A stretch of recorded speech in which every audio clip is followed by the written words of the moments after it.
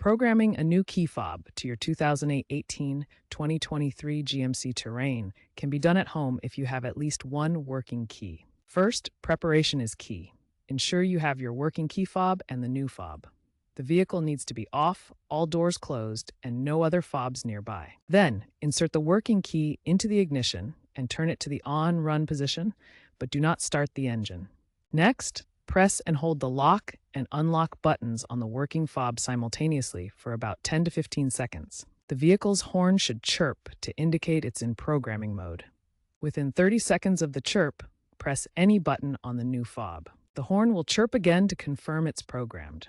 You can repeat this for up to 4 fobs. Finally, turn the ignition off, remove the key, and test the new fob by locking and unlocking the doors. Make sure to complete the process within 40 seconds per fob or the system will exit programming mode. If you've lost all your key fobs for your 2018-2023 GMC Terrain, the standard DIY programming method won't work. This situation requires professional assistance. The vehicle's immobilizer system and anti-theft module prevent DIY reprogramming when no working keys exist.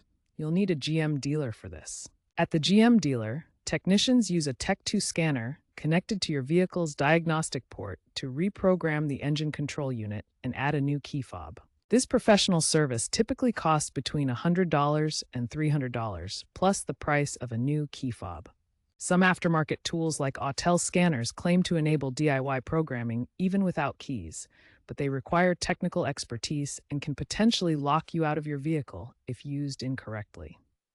As a modern alternative, GM has expanded smartphone-based keys through the MyGMC app to most Terrain models, reducing key loss issues by allowing programming without physical fobs. For total key loss, professional dealer intervention is generally necessary due to the vehicle's security systems.